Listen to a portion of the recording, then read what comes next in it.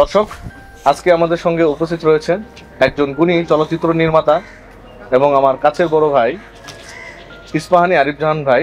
উনি এই দুই নামের মধ্যে ওনার নাম হচ্ছে ইস্পাহানী ভাই। আজকে তার সঙ্গে কথা বলবো। তারা দীর্ঘদিন ধরে এই চলচ্চিত্র ইন্ডাস্ট্রিতে চলচ্চিত্র নির্মাণ করে যাচ্ছে এবং প্রযোজনাও করছে পাশাপাশি। ভাইয়া আসসালামু আলাইকুম। ওয়ালাইকুম সালাম। কেমন আছেন ভাইয়া? ভালো আছি, তুমি কেমন আছো? জি ভাইয়া, আল্লাহর রহমতে ভালো আছি। ভাইয়া, আপনার চলচ্চিত্র যাত্রা শুরু হলো কিভাবে, কার মাধ্যমে, কত সালে? আমার চলচ্চিত্র যাত্রা 1984 সালে আমি প্রথম চলচ্চিত্রে আসি এবং আমার মামা দেলোয়ার জাহান জন্টু স্যার, ওনার হাত ধরে আমি আসলে চলচ্চিত্রে আসি। হ্যাঁ। সেই থেকে ওনার সহকারী হিসাবে বেশ অনেক বছরই কাজ করেছি এবং 1996 সালে প্রথম পরিচালনায় শুরু করি।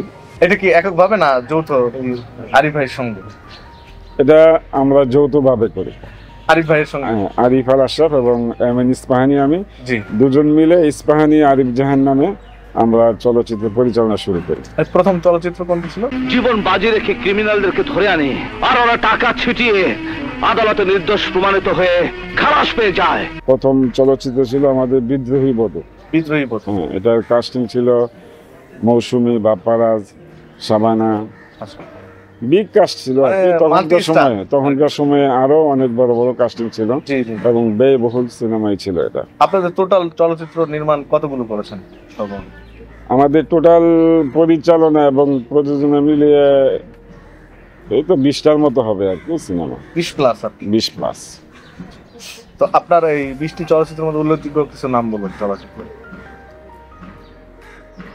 আমাদের উল্লেখযোগ্য ছবি ছিল মান্নার কয়েকটা সিনেমা, কারণ একটা সময় মান্নার প্রচুর দর্শক ছিল এবং সেই সময় মান্নার নায়ক একদম সুপারহিট একটা সিনেমা ছিল।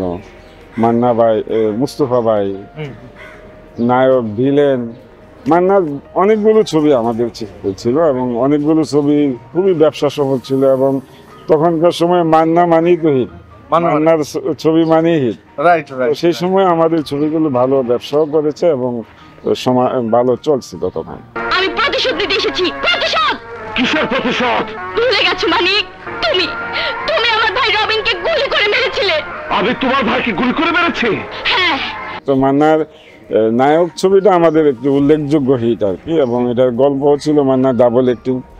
একটা মান্না ছিল একদমই নেগেটিভ ক্যারেক্টার এবং সেই নেগেটিভ ক্যারেক্টারটি দর্শক প্রচুরভাবে গ্রহণ করেছিল, একটা নেগেটিভ একটা পজিটিভ। তো ওই ছবিটাই আমাদের আসলে একটা উল্লেখযোগ্য সিনেমা আর কি, একজন অ্যাকশন ছবি হিসেবে। কি বলছেন স্যার? আমি ঠিকই বলছি রানা। আমি তোমার স্বামী। তুমি বলো মানিক, প্লিজ আমার একটা কথা শোনো। না, আমি তোমার কোনো কথাই শুনবো না। আমার স্বামীর রূপ ধরে তুমি আমাকে ধোঁকা দিতে চাও। আমি তোমাকে কি করে বোঝাবো আমি তোমার স্বামী? নায়ক চলচ্চিত্রটি যখন শুটিং করেন তখন কোনো স্মৃতিচারণ বা কোনো মজার ঘটনা আছে কেন এই ছবির সময়? স্মৃতিচারণ আসলে মান্নার কথাই বলতে হয় আর কি। মান্না একজন পরিচালককে যে শ্রদ্ধা করত সেই বিষয়গুলো এখন মনে পড়ে, কারণ মান্না যদি 5 মিনিট পরেও সেটে ঢুকতো তখন সে লুকায় ঢুকতো। এটা পরিচালককে তার সম্মান ছিল। তো মান্নার অনেক কথাই মনে পড়ে, যেমন মান্না ছিল চলচ্চিত্রের মানুষের সাথে খুবই আন্তরিক। সে চাইতো যে শুটিং শেষে সবার সাথে গল্প করে আরো 2 ঘন্টা কাটিয়ে দেওয়ার জন্য। তো তেমনি ভাবে মাঝে মধ্যেই সে বলতো যে ইস্পাহানী ভাই, আমাকে আজকে 1 ঘন্টা আগে একটু প্যাক আপ করে দিন, আমার খুব দরকারি কাজ। তো সেখানে কিন্তু তো চিন্তা করলো যে মান্না একদিন চাইলো তোকে তো একদিন আগে প্যাক আপ করতেই হয়, তো একদিন আমি তাড়াহুড়ো করে কাজ করে মান্নাকে 1 ঘন্টা আগে প্যাক আপ করলাম। তো ঠিক আছে মান্না ভাই, আজকে আপনি ছুটি যান।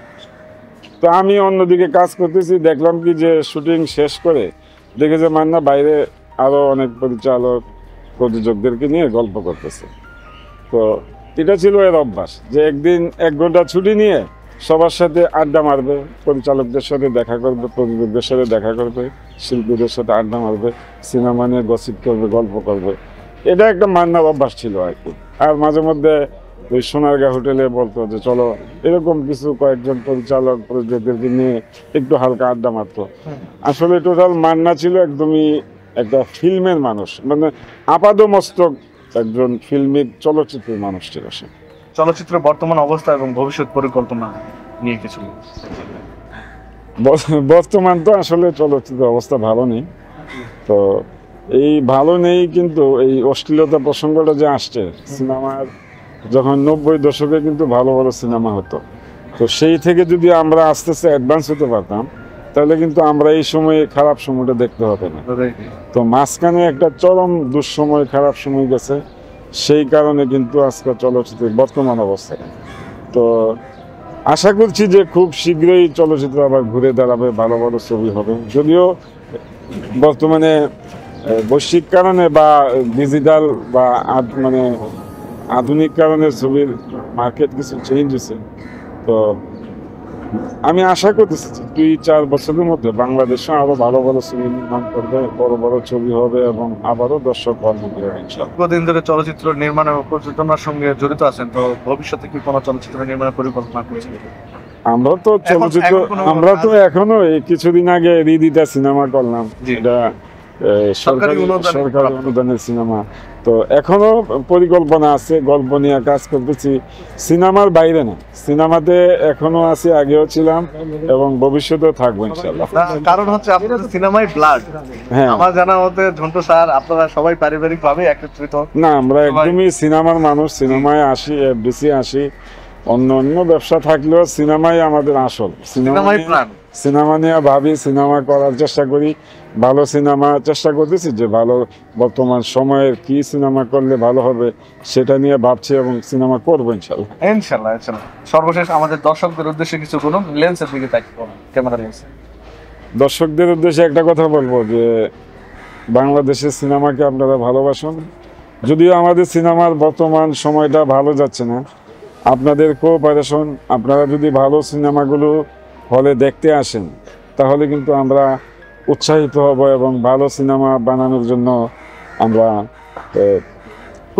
উৎসাহ পাবো। সুতরাং আপনারা সিনেমা দেখবেন, সিনেমা না দেখলে এই সিনেমা কোনোদিন উন্নতি হবে না। আপনাদেরকে শুভকামনা, সিনেমার সাথে থাকবেন, সিনেমাকে ভালোবাসেন, ভালো থাকবেন এবং সিনেমা হলে এসে সিনেমা দেখবেন, তাহলেই বাংলা সিনেমা আবার সেই স্বর্ণযুগে ফিরে আসবে ইনশাআল্লাহ। ধন্যবাদ ভাই আপনার মূল্যবান সময় দেওয়ার জন্য। অনেক ধন্যবাদ আপনাকেও, ভালো থাকবেন।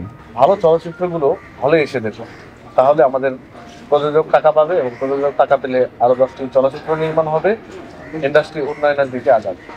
তো বেশি বেশি করে বাংলা চলচ্চিত্র দেখুন এবং আমাদের সিনে ল্যাব 24 চ্যানেলটি সাবস্ক্রাইব করে আমাদের পাশে থাকুন। আসসালামু আলাইকুম।